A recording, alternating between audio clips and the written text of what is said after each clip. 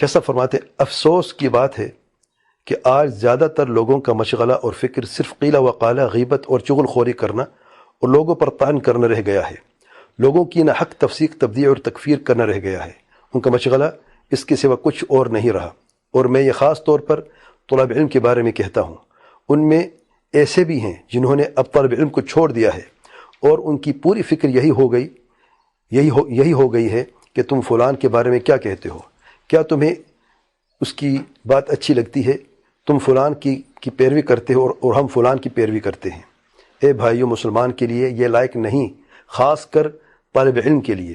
بلکہ اصل یہ ہے کہ وہ اپنے علم سے اللہ تعالیٰ سے ڈرے کہ وہ اس پر نگہبان ہے، اور اپنی زبان کی حفاظت کرے اور یہ دوسرے لوگوں کے رنگ میں نہ بہے. اور اگر یہ جاہل کی بات سنے تو اس سے اعراض کرے اور اسے کوئی اہمیت نہ دے.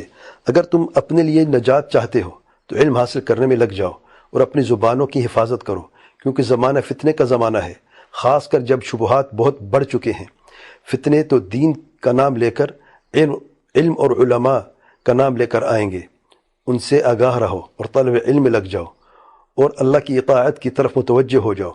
ان لوگوں سے آگاہ ہو جاؤ جو گدلے پانی میں شکار کرتے ہیں، کیونکہ ایسے لوگ تم سے باتیں نکلوائیں گے اور اسے لوگوں میں پھیلا دیں گے.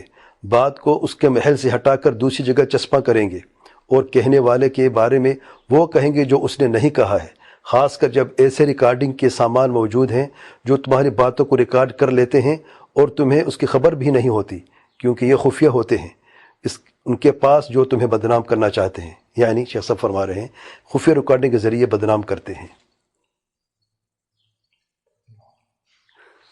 حوالہ سن لیں، شرح کتاب الکبائر، شیخ صالح بن فوزان حفظہ اللہ، باب التحذیر من شر اللسان، صفحہ نمبر 86 اور 87.